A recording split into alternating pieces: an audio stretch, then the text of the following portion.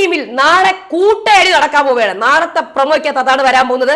Jasmine, Gabri, Yamuna, Sreerekha അടിച്ച് പിരിയാൻ പോവുകയാണ് ഇവര്. പവർ ടീം ആണോ തീരുമാനിക്കാൻ പോകുന്നത് ആ നിർണായക ക്യാപ്റ്റൻ ആരായിരിക്കും എന്നുള്ളത്?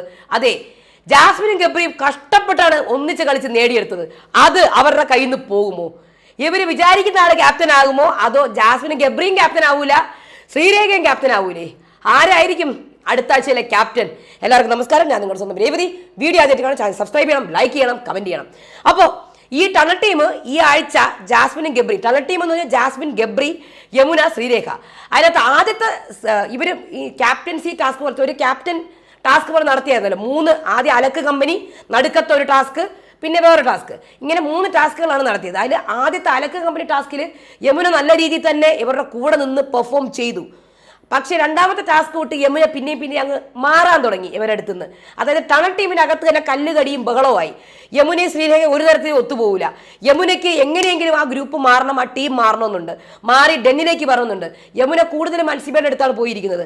അപ്പം അതുകൊണ്ട് തന്നെ യമുനയ്ക്ക് ഈ ടീമിനോട് ഒരു താല്പര്യമില്ല, ശ്രീരേഖയോട് ഒട്ടും തന്നെ താല്പര്യമില്ല. ഇന്ന് കണ്ടായിരുന്നു ഒരുപാട് ബഹളങ്ങൾ അവർ തമ്മിൽ നടത്തി. സ്വരച്ചേർച്ചകൾ, പ്രശ്നങ്ങളൊക്കെ ഉണ്ട് ആ ടീമുമായിട്ട്. ഭയങ്കര ബുദ്ധിമുട്ടാണ്, ഒത്തുപോകാൻ ഒട്ടും സാധിക്കുന്നില്ല. അപ്പം നാളെ ഇതിനകത്തുനിന്നൊരു ക്യാപ്റ്റൻ വരണം. അപ്പോൾ പ്രൊമോയ്ക്കകത്ത് കാണിക്കുന്നത് ഇവരുടെ ഭയങ്കരമായിട്ടുള്ള ചർച്ചകളാണ്. അതിൽ ഗബ്രി പറയുന്ന ഒരു പോയിന്റ് ഉണ്ട്. ഏറ്റവും ബുദ്ധിമുട്ടി ഇമോഷണലി, മെന്റലി, ഫിസിക്കലി ടാസ്ക് കളിച്ച് മത്സരത്തിൽ ജയിച്ച വ്യക്തിയെയാണ് ബിഗ് ബോസ് സെലക്ട് ചെയ്യാൻ പറഞ്ഞേക്കുന്നത്. ഇതാണ് ബിഗ് ബോസ് സെലക്ട് ചെയ്യാൻ പറഞ്ഞേക്കുന്നത്. ആരോട് പറഞ്ഞേക്കുന്നത്? പവർ ടീമിനോടാണോ എന്ന് എനിക്ക് ഡൗട്ട് ഉണ്ട്. കാര്യം ഇവിടെ യമുന പറയുന്നുണ്ട്, ഇത് നമുക്ക് അനുമാനം മാത്രമാണ്. യമുന പറയുന്നുണ്ട്, ചില വ്യക്തികളോട് ഇഷ്ടം തോന്നി ചെയ്യുന്ന പ്രവൃത്തി അല്ല പവർ ടീം, അല്ലെ? അങ്ങനെ ചില വ്യക്തികളോടുള്ള ഇഷ്ടം തോന്നിയല്ല പവർ ടീം തീരുമാനം എടുക്കേണ്ടതെന്ന് യമുന പറയുന്നുണ്ട്. അപ്പൊ പവർ ടീമിനെ ആയിരിക്കും ഏൽപ്പിച്ചേക്കുന്നത്. അതായത് ജാസ്മിൻ, ഗബ്രി, യമുന, ശ്രീരേഖ, ഇതിൽ നിന്ന് ഒരു ക്യാപ്റ്റൻ തിരഞ്ഞെടുക്കേണ്ടത് പവർ ടീം ആയിരിക്കും. അതായത് ജിൻഡോ, റസ്മിൻ, അതേപോലെ അർജുൻ, അവരാരെ തിരഞ്ഞെടുക്കും? അപ്പോഴാണ് ഈ ഗബ്രി വന്ന് പറയുന്നത് ഏറ്റവും നിർണായകമായ ഡിസിഷനാണ്. ആ ക്യാപ്റ്റനായിരിക്കും തീരുമാനിക്കുന്നത് അടുത്ത പവർ ടീം ആരാണെന്ന്. സത്യം പറഞ്ഞാൽ പവർ ടീമിനും ഇവിടെ ഗെയിം കളിക്കാം, ബാക്കിയുള്ളവർക്കും ഇവിടെ ഗെയിം കളിക്കാം. അപ്പൊ ഇവിടെ ഗബ്രി വന്ന് പറയുന്നുണ്ട്, ഏറ്റവും കൂടുതൽ മെന്റലി, ഫിസിക്കലി ബുദ്ധിമുട്ടിയ ഒരാളെ, ടാസ്ക് കളിച്ച ഒരാളെ വേണം തിരഞ്ഞെടുക്കാൻ.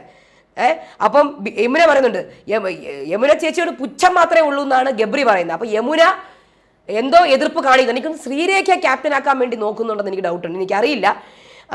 ഇറങ്ങിപ്പോകുന്നു, യമുന ഇറങ്ങിപ്പോകുന്നുണ്ട്. അപ്പോൾ പിന്നെ യമുന പറയുന്നുണ്ട്, അവരിനി എന്ത് പറഞ്ഞാലും ഞാനിനി പുച്ഛിച്ച് തള്ളുന്നെന്നാണ് പറയുന്നത്. അപ്പോൾ ഇവിടെ എനിക്ക് തോന്നുന്നു ഒന്നെങ്കിൽ ജാസ്മിനും ഗബ്രിയും ശ്രീരേഖയെ ക്യാപ്റ്റൻ ആക്കാൻ നോക്കുന്നുണ്ട്. കാര്യം ഇന്ന് അവർ വർത്താനം പറയുന്നുണ്ടായിരുന്നു ശ്രീരേഖയെ ക്യാപ്റ്റൻ ആക്കാം.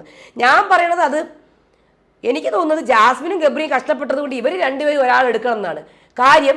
എന്നിട്ട് ഇവർ തന്നെ ഒരു പവർ ടീം, ഒരാൾ ക്യാപ്റ്റൻ ആകുക, ഗബ്രിയോ ജാസ്മിനോ ക്യാപ്റ്റൻ ആകുക.